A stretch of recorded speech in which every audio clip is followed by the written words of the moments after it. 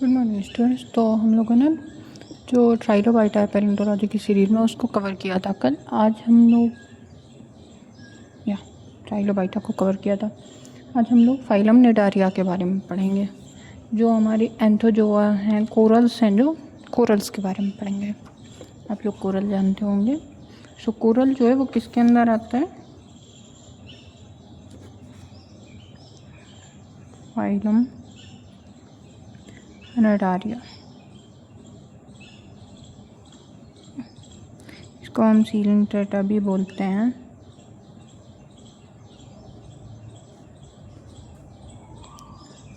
Class है इसकी Anthozoa या फिर एक्टिनोजोआ। और जो ऑर्डर है हमारा कोरल। इसको फ्लावर ऑफ ओशियन भी बोलते हैं। क्यों? क्योंकि जो क्लास एंथोजोआ है, एंथोजोआ में एंथोस मीन्स होता है फ्लावर एंड जोइस मीन्स हो गया एनिमल। सो जो क्लास एंथोजोआ है उसका मतलब होता है flower of ocean. Okay. So ये किस तरीके से मिलते हैं? ये हमको दोनों ही फॉर्म में मिलते हैं। एक तो जो रीफ बना के रहते हैं कॉलोनियल फॉर्म में, और एक मिलता है हमको सॉलिटरी फॉर्म में भी। ओके। तो ये दोनों ही फॉर्म में मिलेंगे हमें, सॉलिटरी एंड कॉलोनियल फॉर्म में। और दोनों ही तरीके से ऐसे भी मिलते हैं कि कुछ कोरल्स हैं जो कि आज भी लिविंग है एंड कुछ कोरल हैं जो कि एक्सटेंट हो चुकी हैं। ओके। और जो क्लास है वो इंक्लूड करती है एक्सक्लूसिवली मैराइन,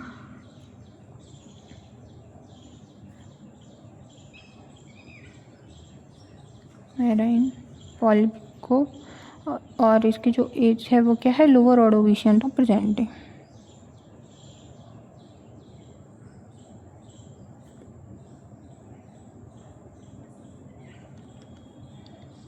ओके। और कहाँ मिलेंगे? वार्म एंड सैलो वाटर में, warm and shallow water up to depth of 200 metre.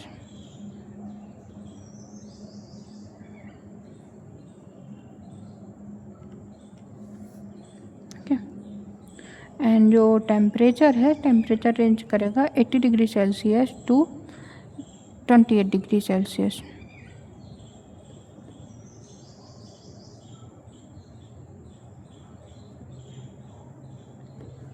Okay. जो पहले सिनेडारिया था उसको अभी तो सिलेंट्रेटा नहीं बोलते हैं, पहले सिलेंट्रेटा बोला जाता था। ओके। तो ये हो गया हमारा बेसिक इंट्रोडक्शन। इसके बाद हम देखते हैं मॉर्फोलॉजी।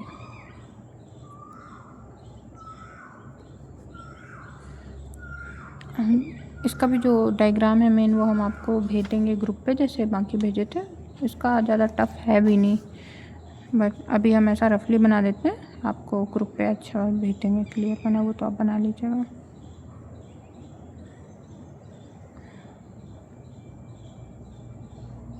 ओके। तो इस तरीके से होता है। और यहाँ पे ये हमारा इस तरीके से पूरा ही डिवाइड होगा। तो ये होता है कैलिक्स को बोलते हैं। और जो पार्ट्स यहाँ पे ऐसे डिवाइड रहते हैं उनको यहाँ पे बोलते हैं थैका। जो वर्टिकल लाइंस आ रही हैं इनको बोलते हैं हम vertical growth line.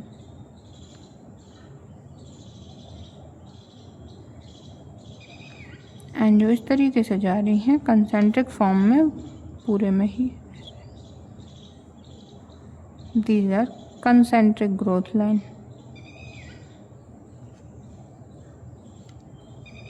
Okay. And जब इस तरीके से दोनों डिवाइड होंगी तो एक रिज फॉर्म होगी जिसको हम बोलते हैं इंटरसेप्टल रिज।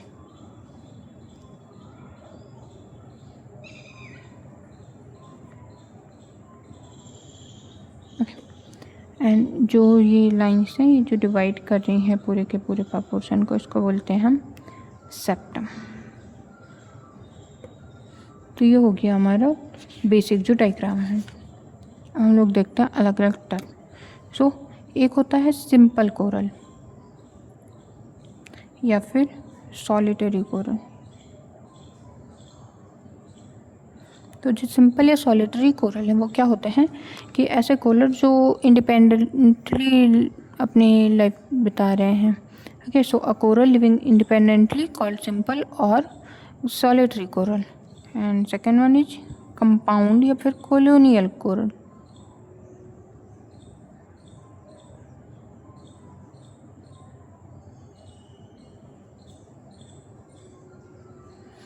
सो ऐसे कोरल जो कि कहाँ कैसे रह रहे हैं, एक साथ कॉलोनी बना के रह रहे हैं। तो जो कॉलोनी बना के रहने वाले कोरल हैं उनको क्या बोलते हैं हम, कंपाउंड या फिर कॉलोनियल कोरल। नेक्स्ट टर्मिनोलॉजी हमारी कोरलाइट। कोरलाइट क्या है, कप लाइक या फिर डिस्क लाइक स्केलेटल स्ट्रक्चर है जो सीक्रेट होता है बाय ईच पॉलिप। जो हमारे पॉलिप्स होता है अराउंड एंड अंडर इटसेल्फ, और इसको ही जो कोरलाइट है इसको ही हम क्या बोल रहे हैं, theca. Okay, so what is corallite, cup like or disc like skeletal structure secreted by each polyp around and under itself and is also called as theca. Okay, next corellum, ये corallite है। Next one is corallum. What is corallum, so a complete skeletal of a coral।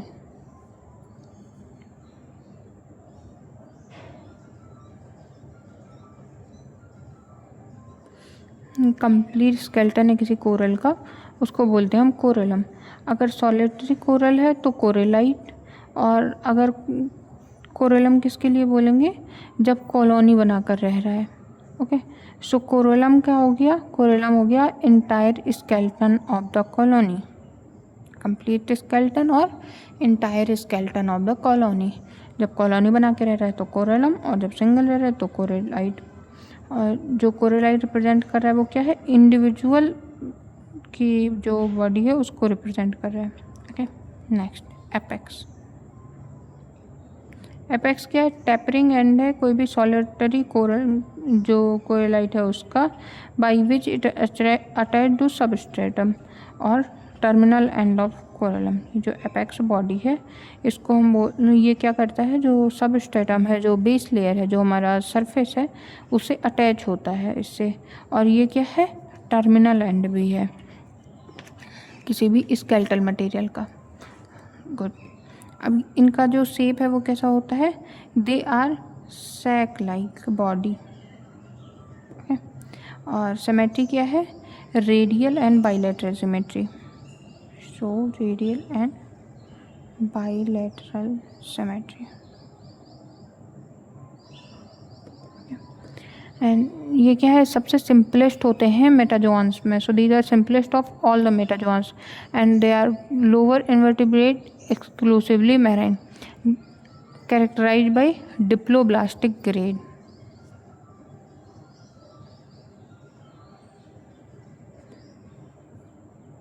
आपको grade वाला part पढ़ाया है ना, lecture पढ़ाया है पूरा, तो उस पे हम लोगों ने जो डिप्लोब्लास्टिक एक्सप्लेन किया था। तो आपका होमवर्क है आज का कि आपको कमेंट सेक्शन में डिप्लोब्लास्टिक ग्रेड क्या है वो बताना है।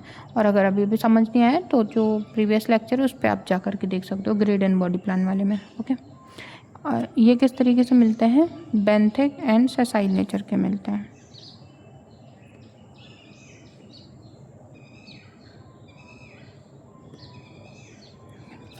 अब और क्या बचा, growth line. Growth line concentric and radial दोनों ही फॉर्म में मिलेंगी।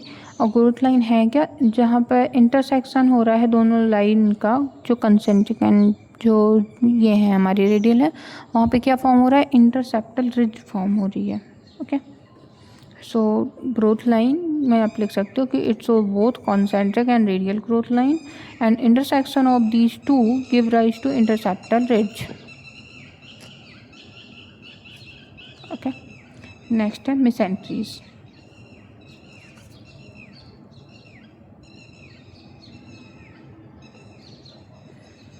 मेसेंट्रीज क्या होती हैं? लॉन्गिट्यूडनल पोर्शन होती हैं जो कि इनफोल्डिंग की वजह से बनती हैं एंडोडर्म की, और ये क्या करती हैं और ज़्यादा स्पेस प्रोवाइड करती हैं डाइजेस्टिव ट्रैक्ट को। ओके, जो सेप्टा या फिर मेसेंट्रीज हैं ये एक दूसरे से कोइंसाइड भी हो सकते हैं और नहीं भी हो सकते हैं।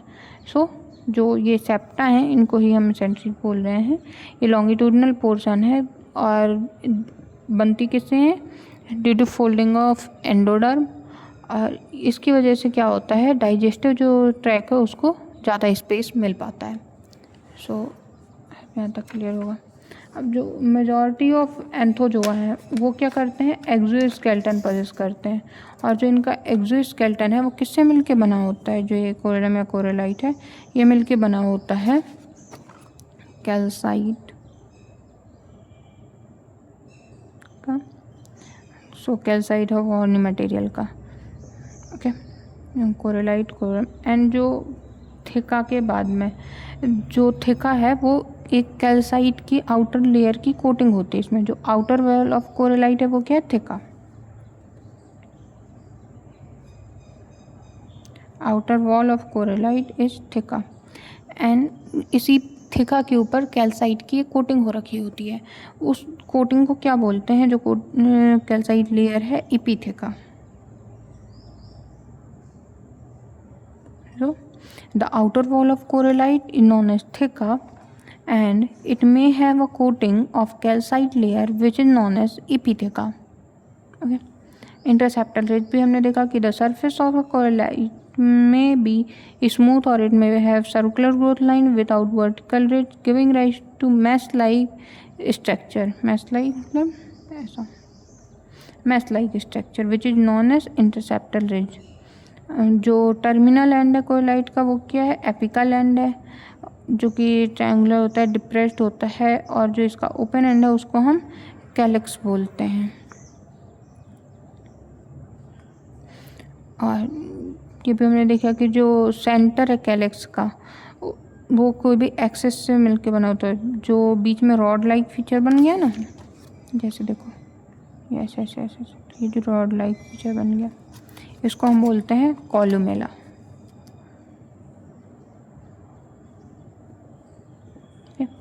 So the interior of corallite divided into numbers of compartment by means of partially structure giving in length.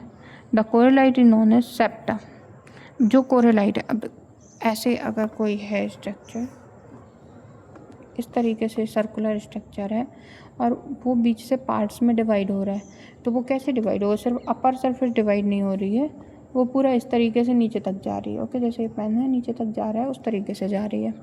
तो ये जो नीचे तक जा रहे हैं उनको बोलते हैं हम सेप्टा। सेप्टा को ही हम डिसेपिमेंट्स या फिर ट्यूबुले बोलते हैं। ओके,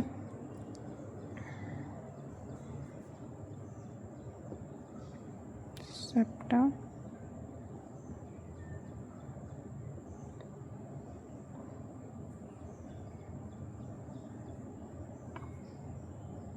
डिसेप्टिमेंट्स। ओके, सो ये हो गई हमारी सिंपल सी मॉर्फोलॉजी। ये क्या है? सबसे सिंपलेस्ट मॉर्फोलॉजी शो करता है हमारा जो फाइलम निडारिया है। ओके, तो कैलिक्स के बारे में अगर और पढ़ना हो थोड़ा सा, क्योंकि कैलिक्स थोड़ा इम्पॉर्टेंट हो जाता है, तो कैलिक्स क्या है? बेसल फॉर्म है। पढ़ा हम पहले भी चुके हैं बट आपको फिर से एक्सप्लेन कर रहे हैं क्योंकि कैलिक्स थोड़ा सा इम्पॉर्टेंट होता है। सो कैलिक्स क्या है? बेसल फॉर्म है, कपलाइक डिप्रेशन है जिस पे जो पॉलिप है वो रेस्ट करता है, और ये डीप भी हो सकता है, सैलो भी हो सकता है। वैसे तो ऑफन क्लोज ही होता है बट कभी कभी ये ओपन भी होता है। और जो फ्लोर है कैलिक्स का वो मेड अप होता है upper edge of vertical septa. Okay, so I hope आपको अभी ये क्लियर हो गई होगी इसकी पूरी मॉर्फोलॉजी। नेक्स्ट है हमारा जियोलॉजिकल डिस्ट्रीब्यूशन इसका।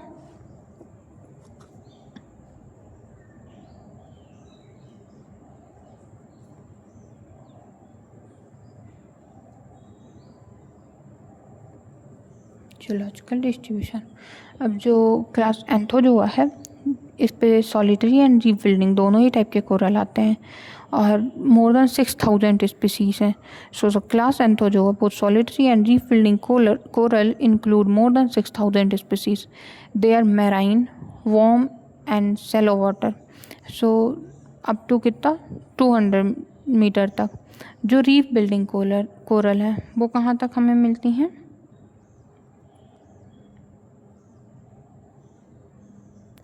Up to 45 metre depth. और जो सॉलिड सी कोरल हैं वो हमें मिलती हैं अप टू 330 मीटर डेप्थ तक।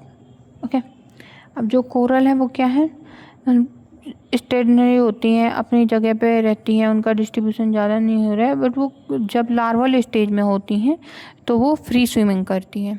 जब वो मैच्योर स्टेज में हो जाती हैं तो स्टेशनरी होती हैं, बट उसके पहले जब वो लार्वल स्टेज में होती हैं तो वो फ्री स्विमिंग करती हैं।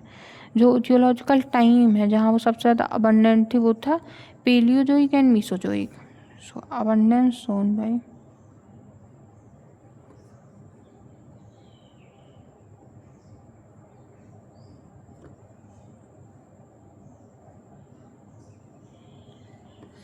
Palaeozoic and Mesozoic. एंड जो इसके फॉसिल अबंडेंस में मिलते हैं वो किस पे मिलते हैं, लाइमस्टोन में, और रेयरली मिलते हैं सैंडस्टोन एंड क्ले में। तो इसके फॉसिल मिलते हैं हमें CaCO3 में, और कभी कभी बहुत ही रेयरली SiO2 में भी और क्ले में भी। जो इम्पॉर्टेंट कुछ फॉर्म है वो आप चाहो तो याद रख सकते हो, जैसे जेफ्रेंटिस होता है, और कुछ की याद भी रख सकते हो आप एज भी, जैसे हेलिसाइट्स है, इसकी ऑर्डोविशन टू सिलूरियन है।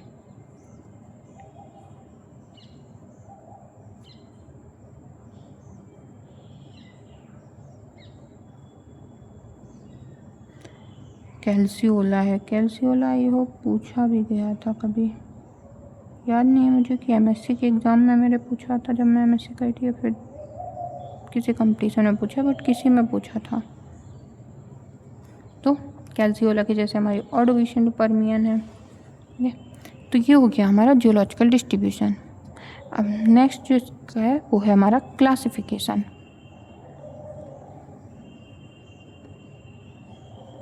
क्लासिफिकेशन जो एंथोजोआ है वो डिवाइड हुई है 5 टाइप में, और किसने की थी, स्टार्क एंड थर्नहॉल ने की थी।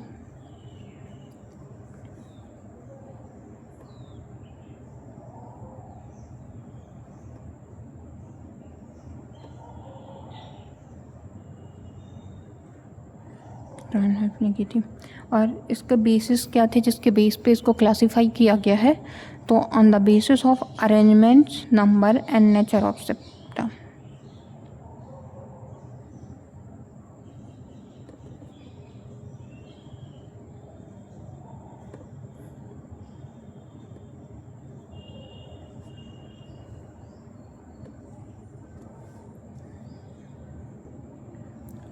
and shape, size and relationship of corallite.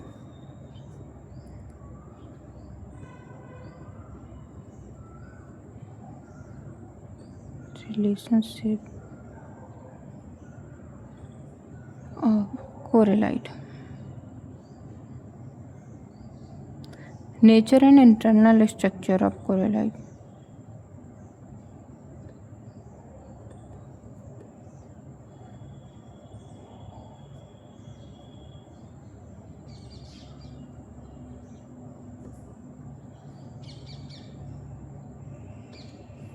Okay, हम देखते हैं कि इसके जो टाइप्स हैं वो क्या क्या हैं। इनमें आपको इन 3 चीज़ों के बेस पे डिवाइड किया गया है। सो इन तीनों का ही डिस्क्रिप्शन देना है, एग्जांपल देना है, और हमें लिखना है कौन कौन सा उसके ऑर्डर है। सो फर्स्ट वन इज ऑक्टाकोरेलिया,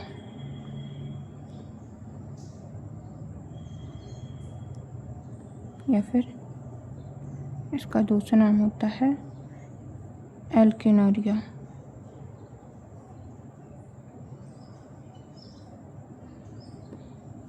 अब इसका जो ऑक्टाकोरेलिया है उससे हम आधा तो बन जाएगा कि इसमें क्या होते हैं, 8 मेसेंट्रीज एंड 8 टेंटाकल्स प्रेजेंट होते हैं, इसकी वजह से इसको हम ऑक्टाकोरेलिया बोलते हैं। और कुछ केस में ये क्या करता है, एक्सेल रॉड फॉर्म करता है हॉर्नी मटेरियल की। ठीक है, कार्बोनेट मटेरियल का भी हो सकता है ये। और ये कैसे रेड कलर के कोरल्स हैं, और इस पे जो मोस्टली इसकी एज है वो क्या है, मीसोजोइक की एज है। का कलर रेड है एंड मेसोजोइक है एज। नेक्स्ट हमारी जो है वो है साइजोकोरोलिया।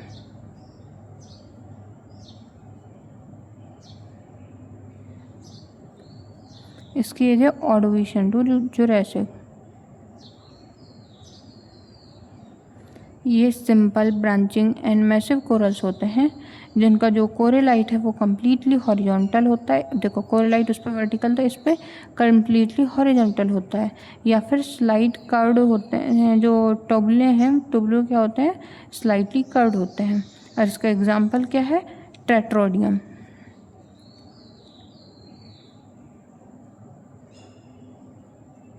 Third one is टेबुलेटा।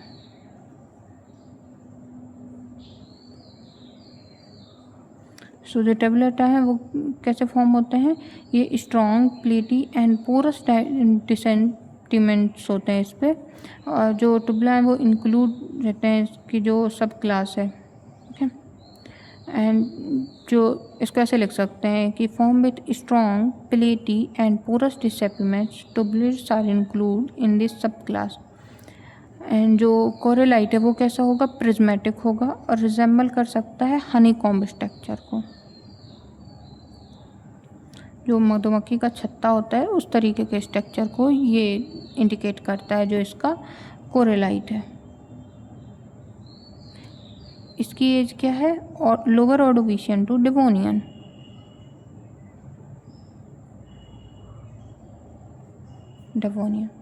जो कैल्साइट स्केलेटन है ये क्या है, एक्सक्लूसिवली कॉलोनियल होता है, ओके। सो जो ये ऑर्डर है इस पे मोस्टली हमें क्या मिल रहे हैं, कॉलोनियल मिल रहे हैं। ऑर्डर 4 है ज़ूथेरिया।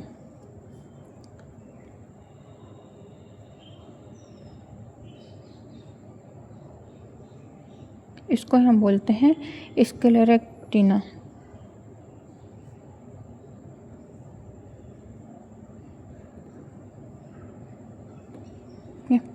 ये सब क्लास है, इसको हेक्साकोरेलिया भी बोला जाता है।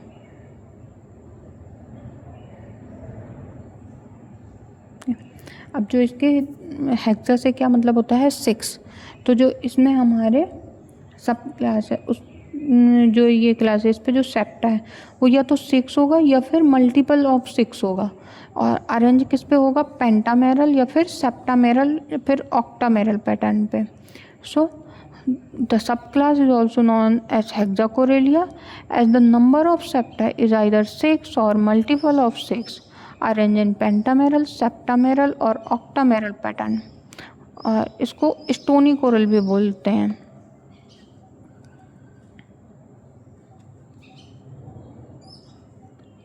Also known as stony coral. ये कब से कब तक चली, तो ये ट्राइएसिक से लेके अभी तक चली है। सो ट्राइएसिक टू रिसेंट।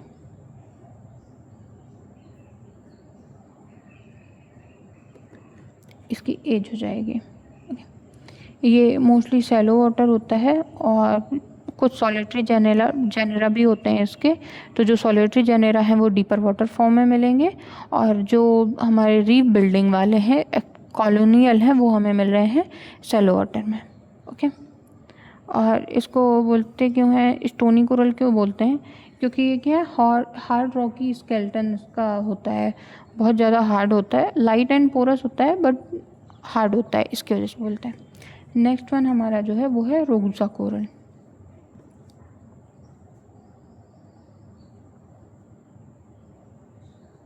इसको हम बोलते हैं हॉर्न कोरल।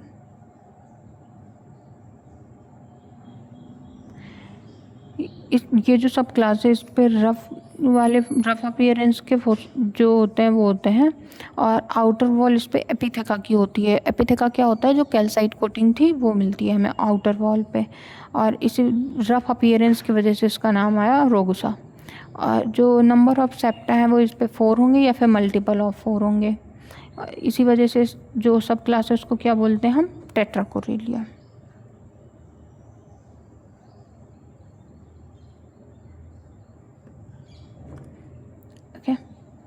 तो ये एक्सटेंट का फॉर्म है जो कि पेलियोजोइक में एक्सटेंट हो गए। इनकी एज क्या है, ऑर्डोविशियन टू पर्मियन।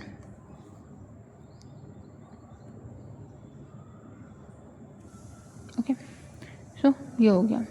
अब हमारा जो और थोड़े बहुत फीचर हैं उनको हम देखते हैं कि किस तरीके से हैं। जैसे जो अलग अलग टाइप से ये हैं हमारे रोगुसा, टुबुलोटा और स्केलेंथेरिया। अगर हम इनको ऐसे चार्ट बनाएं तो किस तरीके से बनेगा, क्योंकि ये बहुत इम्पोर्टेंट हैं जो टाइप्स हैं इसके। सो आप इस तरीके से बना सकते हो तो आपको रिमेम्बर रहेगा।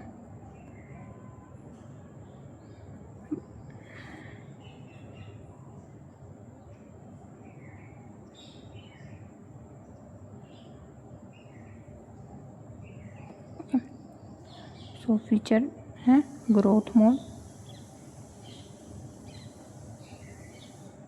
इसमें जो ग्रोथ है वो किस तरीके से होती है रोगुसा में, कॉलोनियल भी हो सकती है एंड सॉलिटरी भी हो सकती है।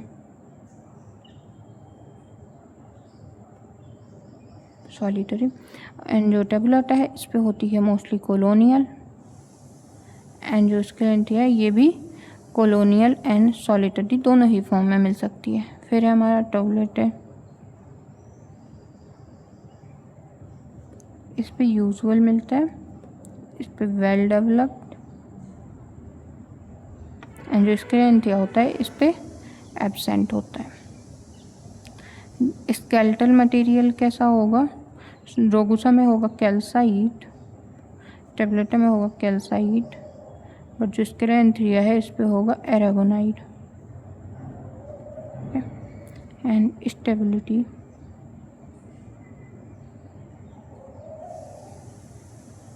जो इसकी स्टेबिलिटी ये पुअर है, इसमें भी पुअर है, और ये क्या है गुड है विद बेसल प्लेट।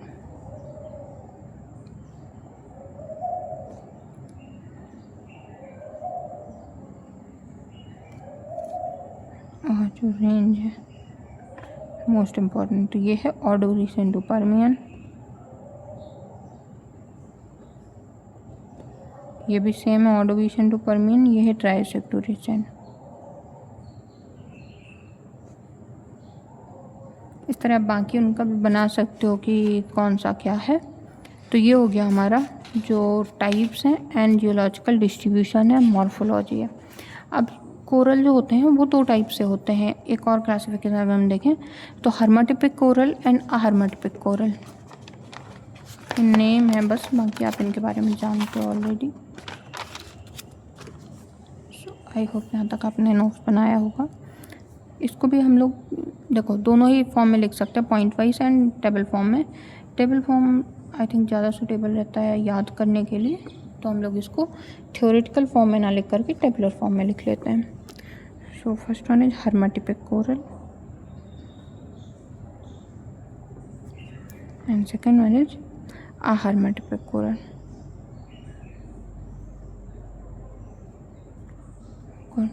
जो हर्माटिपिक कोरल होते हैं ये कैसे होते हैं, कॉलोनी बना के रहते हैं, कॉलोनियल होते हैं। एंड जो अहर्माटिपिक कोरल है ये सॉलिटरी फॉर्म में होते हैं। Okay good. अब जो अलग अलग हैं इनको हम बोलते जाएंगे, आप लोग लिखते जाइए, ठीक।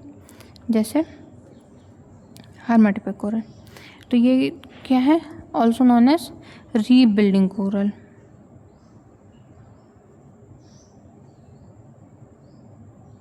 रीबिल्डिंग कोरल, और ये नॉन रीबिल्डिंग कोरल है। नेक्स्ट, इसमें जो जूजेंथिलेट कोरल होता है वो शो करता है सिम्बायोटिक रिलेशनशिप। सो जूजेंथिलेट क्या है, एक ऑर्गेनिज्म है और ये सिम्बायोटिक रिलेशनशिप शो करता है कोरल के साथ। सिम्बायोटिक रिलेशनशिप का मतलब क्या होता है कि कोई भी ऐसी चीज़ जिस पे दो लिविंग थिंग्स हैं वो एक दूसरे के साथ रह रही हैं, जिसमें से किसी ना किसी एक को तो मिनिमम बेनिफिट होना ही चाहिए। ओके, अब ये किस तरीके से होता है, दो तीन टाइप से होते हैं। जैसे हो सकता है कि दोनों में से किसी को भी कुछ फ़र्क नहीं पड़ रहा हो, एक हो सकता है कि दोनों को बेनिफिट हो रहा हो, एक हो सकता है कि किसी एक को हार्म हो रहा हो दूसरे को बेनिफिट हो रहा हो। तो इस तरीके से जो ये रिलेशनशिप है इसको हम बोलते हैं सिम्बायोटिक रिलेशनशिप। तो इसमें जो हर्माटिपिक कोरल है ये शो करते हैं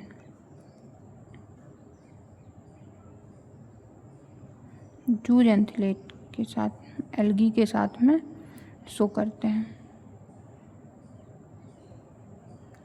ये एल्गी है, इसकी वजह से ही कलर आ रहा होता है कोरल में। तो इसके साथ में कैसा रिलेशनशिप, सिम्बायोटिक।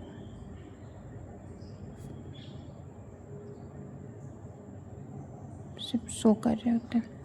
एंड इस पे आजूनथलेट होते हैं, कोरल होते हैं, और इस पे एल्गी नहीं होती है। नेक्स्ट, इसका जो सीक्रेशन है, सीक्रेट क्या करता है, लार्ज अमाउंट में सीक्रेट करता है CaCO3 को, लार्ज अमाउंट ऑफ CaCO3, और ये क्या करेगा, स्मॉल अमाउंट को शो करेगा। नेक्स्ट, ये मोस्टली जो है वो हमें मिलता है हाईलाइट कंडीशन में, मतलब जहाँ पर सनलाइट ज़्यादा आ रही है, मतलब कि यूफोटिक जोन। और जो आहर्माटिपिक कोरल है ये लो कंडीशन में होता है, जिसको हम डिस्फोटिक जोन भी बोलते हैं। नेक्स्ट वन, इसमें मोस्टली आते हैं हमारे टेट्रा कोरल्स, जिसमें 6 प्रोटोसेप्टा होते हैं, जो कि अरेंज होते हैं 4 क्वाड्रेंट में, जिसकी वजह से ये क्या देते हैं इसको, बाइलेटरल सिमेट्री।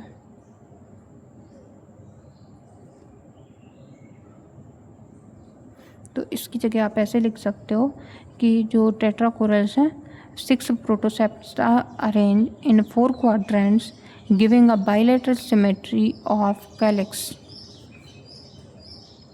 एंड जो आहर्माटिपिक कोरल होते हैं ये हेट्रा कोरल्स होते हैं। हेट्रा कोरल्स में क्या होता है, 6 प्रोटोसेप्टा होते हैं जो कि अरेंज होते हैं 6 इक्वल क्वाड्रेंट्स में, जिसकी वजह से 6 फोल्ड सिमेट्री मिलती है कैलिक्स को। तो इसको लिख सकते हैं 6 protosepta arranged in 6 equal quadrant giving rise to 6 fold symmetry.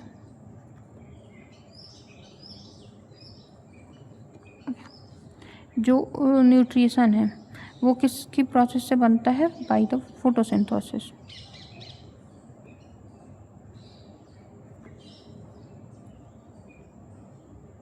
Photosynthesis, okay, आगे लिख लीजिएगा। और ये है, तो ये भी फोटोसिंथेसिस शो करते हैं, बट कलर इतना नहीं देखते हैं। नेक्स्ट है, इसमें जो डेप्थ रेंज है, तो डेप्थ रेंज कितनी होगी, अप टू 90 मीटर तक डेप्थ रेंज होगी।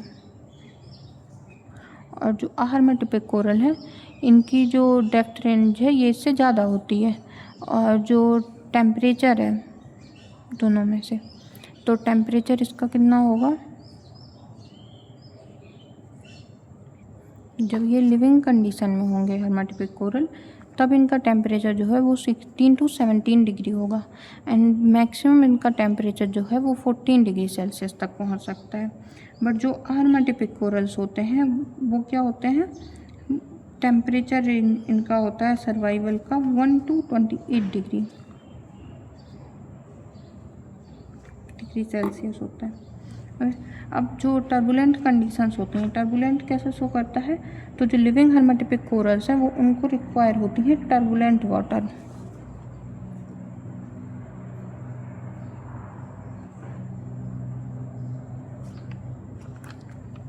तो ये टर्बुलेंट कंडीशंस में होती है।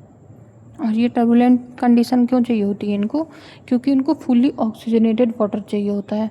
तो मिक्सिंग की वजह से इसमें, क्योंकि इन्हें मिक्स्ड वाटर चाहिए, तो टर्बुलेंट शो करते हैं। इसका हमने डेप्थ नहीं बताया, इसमें 90 मीटर एंड ये मोर डेप्थ तक, सो अप टू 6000 मीटर ये मिलते हैं हमको।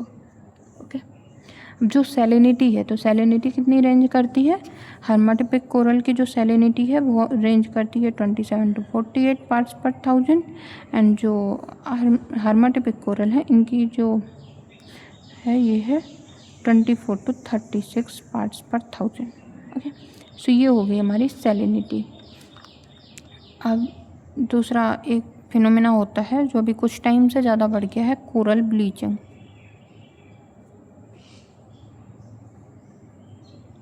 तो जो कलरफुल कोरल्स हैं, कॉलोनी बना के रह रहे थे, कलरफुल थे, उनका कलर क्या है, डिसअपियर हो रहा है, वो वाइट हो रहे हैं। ये हो किसकी वजह से रहा है? क्योंकि जो हमारा ग्लोबल टेम्परेचर राइज है उसकी वजह से जो जूज़ोएंथेलेट है, जो सिम्बायोटिक रिलेशनशिप शो करता है कोरल्स के साथ में, वो जूज़ोएंथेलेट अब सिम्बायोटिक रिलेशनशिप ना करके अलग हो जाता है, जिसकी वजह से जो ओशन है उस पर क्या करता है, एक सरफेस कलर की फॉर्म कर देता है सेपरेट होकर के। तो ओशन सरफेस के ऊपर हो जाता है, जिसकी वजह से कलरफुल स्टिप्स मिलती हैं हमको ओशियनिक सरफेस वाटर में। ये रिवर्सिबल होता है बट अगर जल्दी एक्शन लिया गया। सो ये इस टाइम पे बहुत ज़्यादा एक वो बन के आ रहा है, मेजर प्रॉब्लम है कि ये हमें कोरल ब्लीचिंग मिल रही है। तो जो हम कलरफुल कोरल्स थे जिनसे हम वेरियस टाइप के बना रहे थे, कि हमारे ऑर्नामेंटल स्टोन वगैरह बना रहे थे, वो सारी चीज़ें ख़त्म हो जाती हैं और कोरल जो है वो वाइट अपीयर होने लगता है। Okay, so I hope coral आपको समझ आया होगा। जो फाइलम निडारिया हमारे यहीं पे कंप्लीट होता है। जो नेक्स्ट होगा उस पर हम लोग फाइलम मोलस्का या फिर एकाइनोडर्मेटा वाला पढ़ेंगे। Okay, so thank you so much for watching this video lecture and very best for your examination.